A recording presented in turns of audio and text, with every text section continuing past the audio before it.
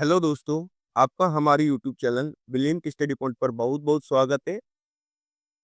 जैसा कि थंबनेल से आपने देख ही लिया है कि आज हम क्लास 10 का ट्रिग्नोमेट्री चैप्टर का बेसिक कांसेप्ट पूरा करने वाले हैं, जिसके माध्यम से मैं आपको ट्रिग्नोमेट्री के सारे फॉर्मूले याद करा दूँगा और साथ ही साथ ट्रिग्नोमेट्री की जो बेसिक वैल्यूज़ होती हैं, वो सारी वैल्यू मैं आपको याद कराऊँगा।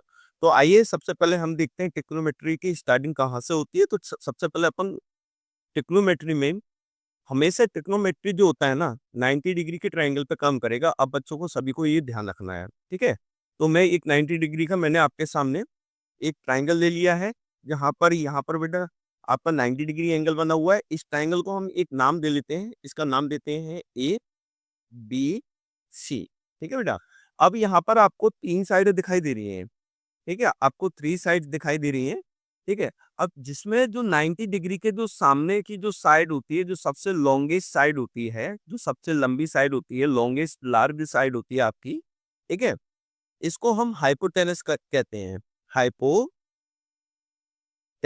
इसको कहा जाता है, यानी कि इसको हम कर्ण बोलते हैं।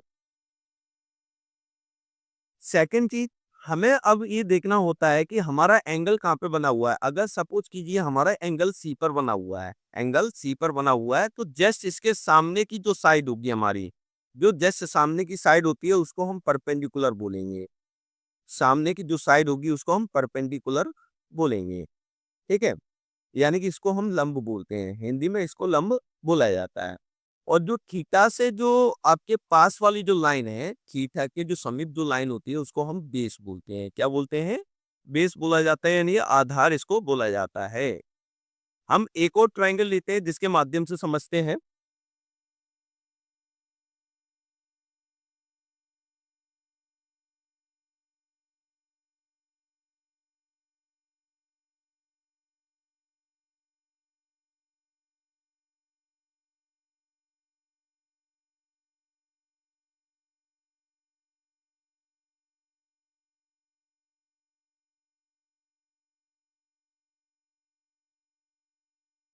एक ट्रायंगल और बनाते हैं हम, ठीक है? ये हमने एक ट्रायंगल बना लिया है आपके लिए, ठीक है? इसमें 90 डिग्री का एंगल हमारा यहाँ बना हुआ है। तो इसके जो जस्ट सामने की जो साइड होगी वो हमारी हाइपोटेनस होती है। आपको हमेशा याद रखना है हाइपोटेनस हमारा फिक्स होता है। बट सपोज कीजिए इस बार हम एंगल इस एंगल पे ले रहे हैं, एंगल ए पर हमने थीटा ले लिया है, जिसको मैं एक एंगल का नाम दे रहा हूँ, ठीक है? तो एंगल के जस्ट सामने वाली जो साइड होगी वो हमारी परपेंडिकुलर होती है। क्या होती है? परपेंडिकुलर, यानी कि लंब होगी, ठीक है? और जो आपकी थीटा के पास वाली जो समीप वाली लाइन होती है उसको हम क्या बोलते हैं? बेस बोलते हैं। यानी कि हम कह सकते हैं कि जो परपेंडिकुलर है आपका और जो बेस है वो थीटा के अकॉर्डिंग क्या होता है? चेंज होता रहता है। थीटा के जस्ट सामने वाली जो साइड होगी वो आपकी परपेंडिकुलर होती है, जबकि आपकी जो थीटा के समीप वाली जो लाइन होती है उसको हम बेस बोलते हैं। और 90 डिग्री के सामने वाली जो आपकी लाइन होती है उसको हम क्या कहते हैं? हाइपोटेनस, यानी कि इसको कर्ण बोला जाता है। इस चीज का आपको याद रखना है, ठीक है? फिर मैं आपको कुछ फॉर्मूले याद कराता हूँ, फॉर्मूले बताता हूँ, जिसके माध्यम से हम ट्रिग्नोमेट्री को और अच्छी तरीके से समझेंगे। आइए अब मैं आपको फॉर्मूले बताता हूँ। तो सबसे पहले आपका ट्रिग्नोमेट्री में जो है, आपको किसका फॉर्मूला जानना है? सबसे पहले आपको ट्रिग्नोमेट्री में साइन का फॉर्मूला जानना है। साइन थीटा क्या होता है, ठीक है? तो मैं एक ट्राइंगल भी बना लेता हूँ यहाँ पर, ठीक है? ये मेरा ये एक 90 डिग्री का ट्राइंगल है, ठीक है? इसको मैं नामकरण कर देता हूँ इसका। नाम है इसका ए, बी एंड सी। यहाँ पर बेटा मेरा 90 डिग्री का एंगल बना हुआ है, ठीक है? अगर मैं यहाँ से थीटा लेता हूँ, यहाँ थीटा लेता हूँ, तो आपको पता है इसके जस्ट जो सामने वाली साइड है वो हमारी परपेंडिकुलर होगी। नीचे वाली जो साइड होती है वो बेस होगी इसकी। और जो सबसे बड़ी साइड होगी जो 90 डिग्री के सामने है वो हमारी हाइपोटेनस साइड होती है। क्या होती है? हाइपोटेनस साइड होती है। परपेंडिकुलर को हम लंब बोलते हैं, बेस को हम आधार बोलते हैं, ठीक है? और जो आपकी हाइपोटेनस है उसको हम कर्ण बोलते हैं। क्या बोलते हैं? कर्ण बोलते हैं। कर्ण सबसे बड़ी लाइन होती है। आपको ध्यान रखना है राइट ट्रायंगल के अंदर जो कर्ण जो लाइन होगी आपकी, जो हाइपोटेनस जो लाइन होती है वो सबसे बड़ी लाइन होती है। आइए अब हम देखते हैं साइन का फॉर्मूला क्या होता है। तो साइन का फॉर्मूला आपको याद रखना है। कैसे याद रखना है मैं इसकी ट्रिक बताता हूँ आपको। साइन साइन से याद रखना, साइन किए थे। तो साइन किसने किए थे सर? प्रिंसिपल ने किए थे। किसने किए थे? प्रिंसिपल ने किए थे अपने हाथों से। तो पी का मतलब प्रिंसिपल समझ लीजिए, हा का मतलब हा से क्या था, हाथों से किए थे। पी का मतलब बेटा परपेंडिकुलर है, यहाँ क्या है, परपेंडिकुलर है। और एच का मतलब हाइपोटेनस है, यानी कि परपेंडिकुलर यानी कि लंब हो गया आपका, और हाइपोटेनस का मतलब है आपका कर्ण। ठीक है, तो अगर मैं इस ट्राइंगल के हिसाब से यहाँ पर इसका फॉर्मूला बनाऊंगा तो साइन का यहाँ फॉर्मूला क्या बन के आएगा, वैल्यू क्या बन के आएंगी। तो परपेंडिकुलर हमारा यहाँ पर ए बी है, और जो आपका हाइपोटेनस है वो हमारा ए सी हो जाएगा। ठीक है, नेक्स्ट फॉर्मूले की ओर चलते हैं। तो नेक्स्ट फॉर्मूला जो है हमारा cos थीटा होता है।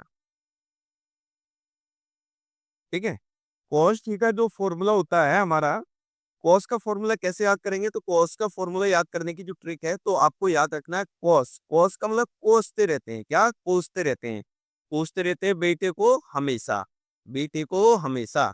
तो कोसते रहते हैं किसको, बेटे को हमेशा। बी से मतलब है बेटा आपका बेस, बी से आपका बेस बनता है। एच पर होता है आपका हाइपोटेनस। ठीक है, बेस का मतलब क्या होता है बेटा, आधार बोलते हैं इसको हम हिंदी में, और हाइपोटेनस को कर्ण बोला जाता है। तो अगर हम अपने ट्राइंगल में देखेंगे तो हमारा बेस क्या है, बीसी है, और हाइपोटेनस हमारा क्या है, आपका एसी हाइपोटेनस हो जाएगा। ठीक है, नेक्स्ट जो फॉर्मूला है हमारा वो है टेन थीटा, टेन थीटा। तो टेन थीटा का हमारे पास क्या फॉर्मूला होता है, तो आपको ध्यान रखना है, 10 मार्क्स मिले थे हमारे बच्चियों को, तो 10 मार्क्स दिए किसने हैं, 10 मार्क्स किसने दिए, प्रिंसिपल ने दिए हैं, किसको, बेटे को। 10 मार्क्स दिए हैं किसने, प्रिंसिपल ने बेटे को। पी का मतलब क्या बताया मैंने आपको, परपेंडिकुलर, और बी का मतलब आपका बेस, यानी कि इसको हम लंब बटे आधार भी बोल सकते हैं इसको। ठीक है, यहाँ पर आपका परपेंडिकुलर यानी कि लंब क्या है आपका, ए बी है। जबकि अगर हम बात करें बेस की, तो बेस हमारा क्या है, बीसी होगा यहाँ। ठीक है, बाकी तीन फॉर्मूले और होते हैं, तो मैं आपको उनके बारे में भी बताता हूँ। ठीक है, आइए हम और फॉर्मूले देखते हैं। नेक्स्ट जो फॉर्मूला है वो हमारा कॉसेक होगा। कॉसेक जो होता है ना वो अपोजिट होता है, क्या होता है, अपोजिट होता है। किसका अपोजिट होता है, आपका साइन का, साइन का अपोजिट कॉसेक होता है। क्या होता है, कॉसेक इसका अपोजिट होता है। तो साइन का जो फॉर्मूला होगा वो हाइपोटेनस अपॉन परपेंडिकुलर हो जाएगा। हिंदी में बोले तो कर्ण बटे आधार। ठीक है, और कॉस का जो अपोजिट होता है, कॉस का अपोजिट आपका सेक होता है, इस चीज का ध्यान रखना है आपको, सेक थीटा होता है। तो सेक का जो फॉर्मूला होगा वो हाइपोटेनस अपॉन बेस होगा, यानी कर्ण अपॉन क्या होगा, आधार हो जाएगा, क्या हो जाएगा, आधार हो जाएगा। और जब टेन का अपोजिट क्या होता है, कॉट होता है, क्या होता है, कॉट होता है। अपन बोल सकते हैं बेस अपॉन परपेंडिकुलर इसका फॉर्मूला होता है। तो इस तरीके से हमने क्या किया, सारे फॉर्मूलों को देखा, ये सारे फॉर्मूले हमें याद होने चाहिए, तभी ट्रिग्नोमेट्री हमारी हमें समझ में आएगी। इसके कुछ और फॉर्मूले हैं जिनको मैं और ट्रिक्स, इन्हीं फॉर्मूलों को और ट्रिक से भी हम कर सकते हैं। तो आइए देखते हैं और ट्रिक क्या है हमारी। तो आपको याद रखना है, सबसे पहले हिंदी मीडियम के लिए मैं ट्रिक बताता हूँ याद रखने के लिए। हिंदी मीडियम के लिए ट्रिक जो है आपकी वो है लाल बटे कक्का, लाल बटे कक्का। अब इसमें एल का मतलब है आपका लंब, का मतलब है कर्ण। तो लंब बटे कर्ण जो फॉर्मूला होता है वो किसका होता है, आपका साइन का होता है। किसका होता है, साइन का। ए फॉर आधार, के फॉर कर्ण। आधार बटे कर्ण किसका फॉर्मूला होता है, आपका कॉस का होता है।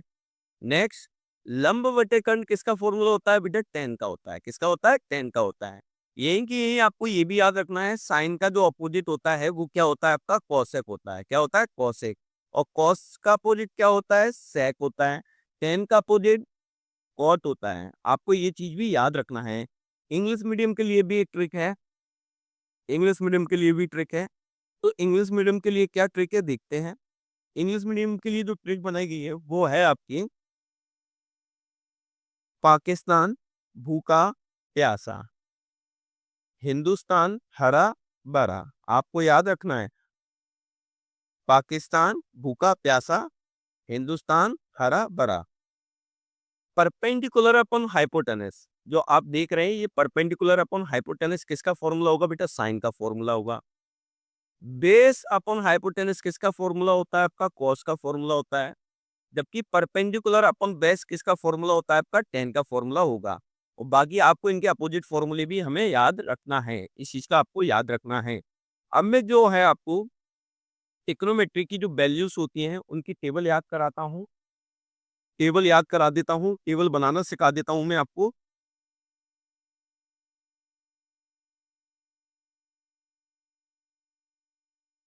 आइए मैं आपको ट्रिग्नोमेट्री की टेबल बनाना सिखाता हूँ। देखते हैं। सबसे पहले हम साइन की वैल्यू निकालेंगे, फिर हम कॉस की वैल्यू निकालेंगे, फिर टेन की वैल्यू निकालेंगे, फिर हम कॉसेक की वैल्यू निकालेंगे, फिर हम सेक की वैल्यू निकालेंगे, लास्ट में हम कॉट की वैल्यू निकालेंगे। ठीक है? अब इसमें जो है हम सबसे पहले 0 डिग्री की वैल्यू निकालना है, फिर हमको 30 डिग्री की वैल्यू याद रखना है सभी की। नेक्स्ट हमको 45 डिग्री वैल्यू याद रखनी है सभी की।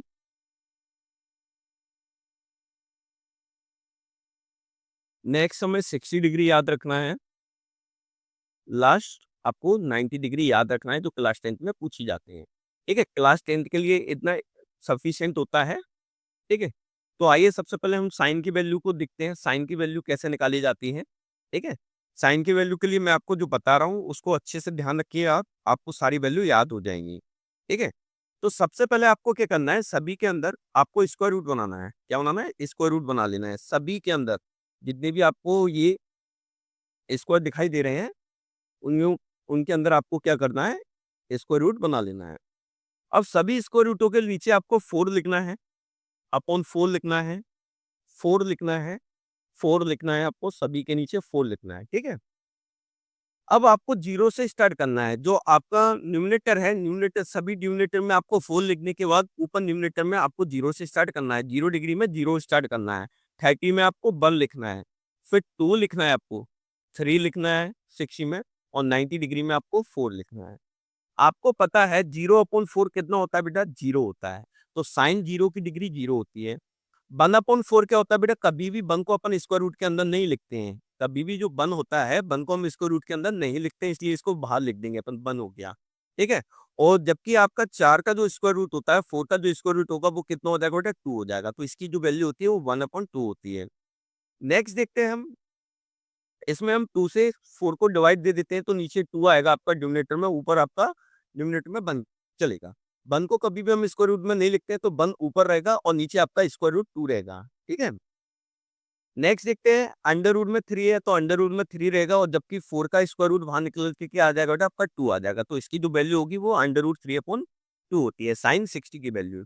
साइन 90 की वैल्यू देखते हैं तो साइन 90 में 4 से जब 4 को काट देंगे तो 1 आएगा और 1 को हम कभी भी स्क्वायर रूट में नहीं लिखते तो इसकी वैल्यू 1 होती है। ठीक है?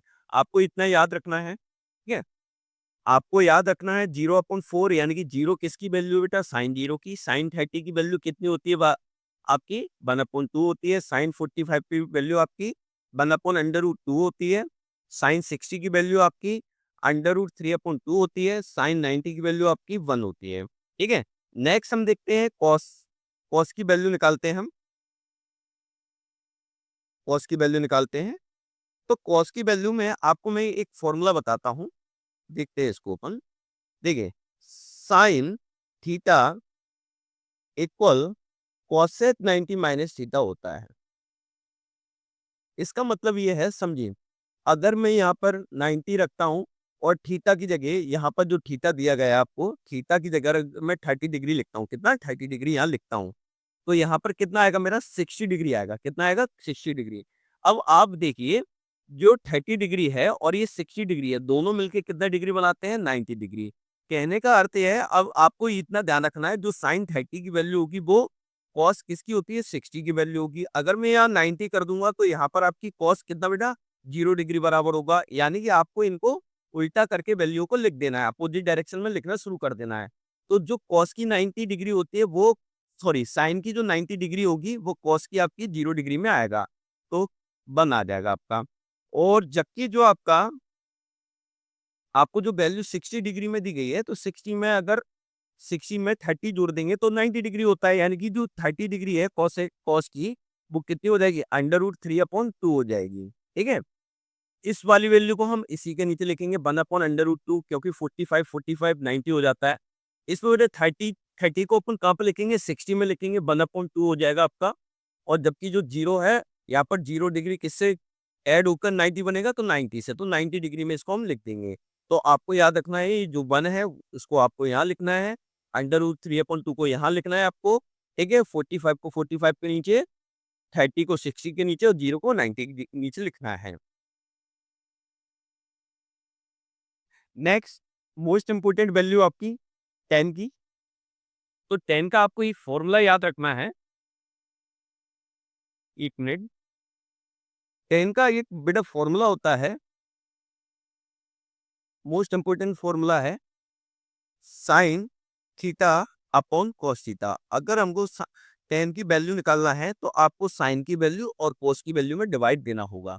तो हम देखते हैं, हमारे पास देखिए साइन की 0 डिग्री है, कॉस की भी 0 डिग्री है। अगर हम इनका डिवाइड देते हैं तो हमारे पास 10 की वैल्यू आ जाएगी। तो 0/1 कितनी वैल्यू होती है बेटा आपकी? 0 होती है। तो 10 0 की वैल्यू 0 होती है। सर हम देखते हैं 1/√2, 1/√2 और 3/√2 का जब डिवाइड देंगे हम तो 2 से 2 कट जाएगा, तो 1/√3 वैल्यू किसकी होगी? आपकी 10 की होगी। सर हम इन दोनों वैल्यू का डिवाइड देते हैं तो कितना आएगा? हमारे पास 1 आएगा। जबकि हम √3/2 और 1/2 का डिवाइड देंगे तो 2 से 2 डिनोमिनेटर का कैंसिल हो जाएगा, तो आपके पास √3 आएगा। कितना आएगा? √3 आएगा। ये आपकी किसकी वैल्यू होगी? आपकी 1060 की वैल्यू होगी। ठीक है? 1090 की वैल्यू कितनी होती है? तो 1/0, 1/0, यानी कि इसको कभी भी फाइंड नहीं किया जा सकता क्योंकि नीचे 0 लिखा हुआ है, तो इसकी वैल्यू जो होती है इन्फिनिटी होती है। ठीक है? आपको याद रखना है, 10 0 की वैल्यू होती है 0, 1030 की वैल्यू होती है 1/√3, 1045 की 1 होती है, 1060 की आपकी √3 और 1090 की आपकी इन्फिनिटी वैल्यू होती है। जिसमें से मैं आपको बताता हूँ, ये 3 वैल्यू बहुत ज़्यादा इंपॉर्टेंट है।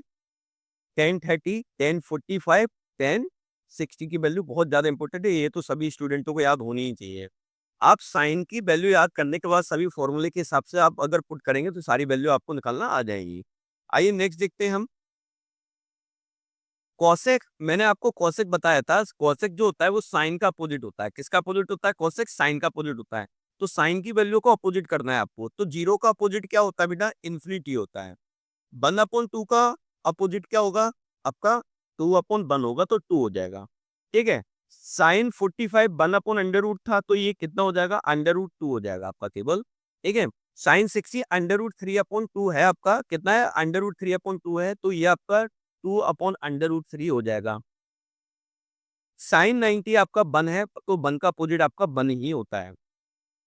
नेक्स्ट, सेक आपको पता है, मैंने अभी सेक किसका अपोजिट होता है? तो सेक आपको याद रखना है किसका? कॉस का अपोजिट होता है। किसका? कॉस का। इसको अपन 1/cos भी लिख सकते हैं। क्या लिख सकते हैं? 1/cos। और कॉसेक को अपन 1/sin लिख सकते हैं। ठीक है? तो कॉस का अपोजिट लिखना है। तो कॉस आपकी 1 वैल्यू जो है, कॉस में 0, कॉस 0 डिग्री आपका 1 होता है, तो सेक 0 कितना हो जाएगा? 1 होगा। 1 का अपोजिट 1 होता है।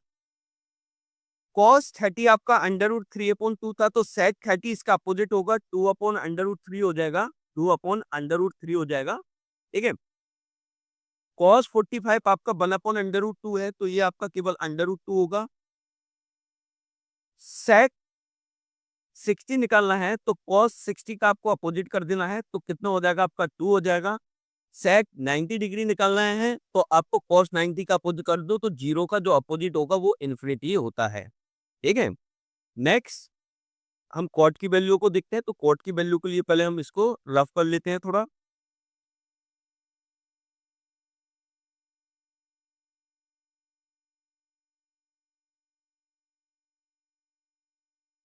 मैं आपको टेबल प्रोवाइड करा दूंगा, टेबल में से आप इसको अच्छी तरीके से नोट कर लेना।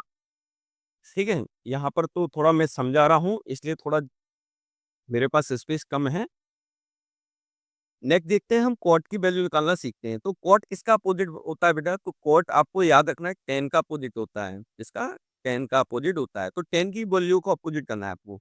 तो 10 0 कितना होता है? 0। तो कॉट 0 आपका इन्फिनिटी हो जाएगा। ठीक है? tan 30 कितना होता है? 1/√3। तो cot 30 आपका √3/1 होगा, तो √3 लिखेंगे केवल इसको। cot 30 हमारा कितना, और cot 45 कितना होता है? 1। तो 1 का अपोजिट आपका 1 ही होता है, आपको ये ध्यान रखना है। cot 60 डिग्री अगर हमको निकालना है तो tan 60 कितना होता है आपको ये पता होना चाहिए। √3 होता है, तो इसका अपोजिट 1/√3 हो जाएगा। नेक्स्ट लास्ट आपका कॉट 90 डिग्री आपको अगर फाइंड करना है तो आपको टेन 90 डिग्री पता होना चाहिए। टेन 90 डिग्री आपका इन्फिनिटी होता है, तो इन्फिनिटी का अपोजिट आपका जीरो हो जाएगा। इस चीज को आपको याद रखना है। तो ये सारी वैल्यू आपको याद होनी चाहिए, ये मोस्ट इंपोर्टेंट है। ठीक है, सारी वैल्यू आपको बहुत अच्छी तरीके से याद होनी चाहिए। एक बार मैं आपको फिर दोबारा से बता देता हूँ, जिससे आप दोबारा भूलो नहीं। चलिए, मैं आपको एक और बताता हूँ, जिससे आपको ये सारी वैल्यू याद हो जाए आपको। ठीक है,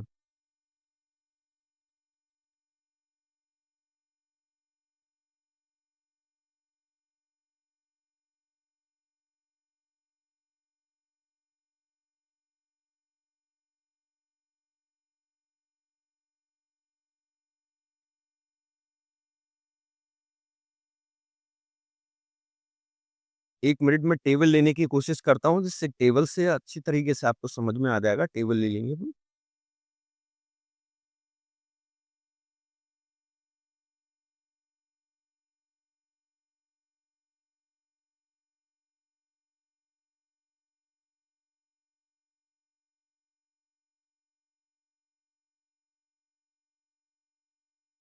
चलिए,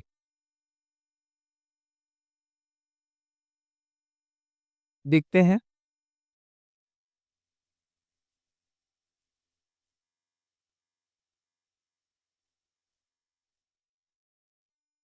सबसे पहले हम यहाँ साइन लिखते हैं, यहाँ पर हम कॉस लिखते हैं,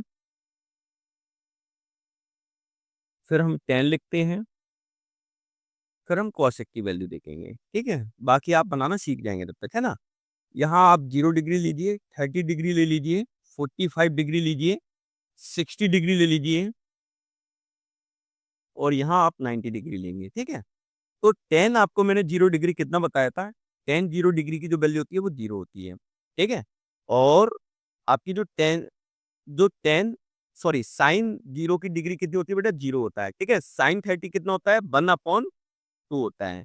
साइन 45 की वैल्यू कितनी होती है, 1/√2 होती है। साइन 60 की वैल्यू √3/2 होती है।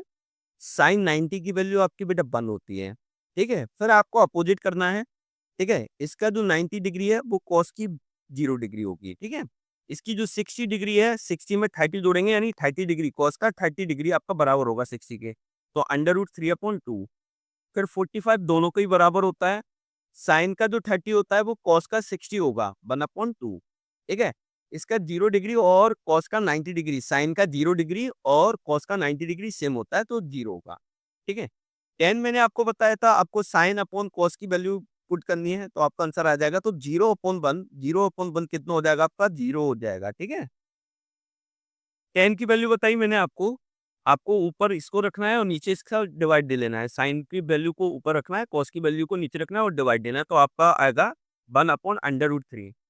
1045 आपका 1 होता है, 1060 आपका √3 होता है, और 1090 आपका कितना होता है बेटा, इन्फिनिटी होता है। ठीक है, कॉसेक मैंने बताया था आपको किसका अपोजिट होता है, साइन का। तो साइन का अपोजिट करते चलिए आप, तो जीरो का अपोजिट क्या होगा आपका, इन्फिनिटी होता है। ठीक है, और बेटा 1/2 का अपोजिट कितना होगा आपका, तो 2 हो जाएगा। 1/√2 का अपोजिट √2 होता है। √3/2 का अपोजिट 2/√3 हो जाएगा आपका, और 1 का अपोजिट कितना होता है आपका, 1 ही होता है। ये आपको याद रखनी है ये सारी वैल्यू। ठीक है, इसी प्रकार आज हमारे जो है कुछ बेसिक फॉर्मूले कंप्लीट हुए हैं, और ट्रिग्नोमेट्री की कुछ वैल्यू मैंने आपको याद करा दी। ठीक है, नेक्स्ट क्लास में मैं आपको कुछ और फॉर्मूले, इंपॉर्टेंट फॉर्मूले बताऊंगा, और आपको आपकी ट्रिग्नोमेट्री का चैप्टर स्टार्ट कराऊंगा, और उसको मैं अच्छी तरीके से एक्सप्लेन करते हुए कराऊंगा। आज के लिए धन्यवाद।